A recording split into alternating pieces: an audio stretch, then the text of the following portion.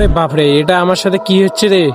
ও, আমার মনে হয় বিচ্ছু হওয়ার সময় হয়ে গেছে, আমাকে এখান থেকে তাড়াতাড়ি যেতে হবে। একে একটা কিছু বলে আমাকে এখান থেকে যেতে হবে। এ ভাই, তুই এখানে থাক, আমি একটু বাড়িতে যাই, আমার একটু ইমার্জেন্সি কাজ আছে। ঠিক আছে। এ ভাই, sorry sorry sorry sorry sorry. আরে আমি তো কিছুই বুঝতে পারছি না, আকাশ আমাকে এরকম এরকম করে ধাক্কা মানে কোথায় গেল? ওর এমন কি ইমার্জেন্সি কাজ আছে যে আমাকে না বলে গেল? না, আজকে পিছন পিছন যাইতে হবে, দেখি ব্যাপারটা কি।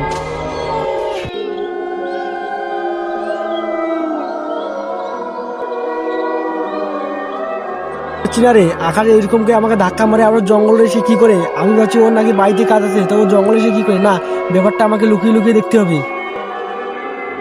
আরে, এই জঙ্গলের মধ্যে তো আমি কাউকে দেখতে পারছি না, আমি এখানে তাড়াতাড়ি বিচ্ছুটা হয়ে যাই।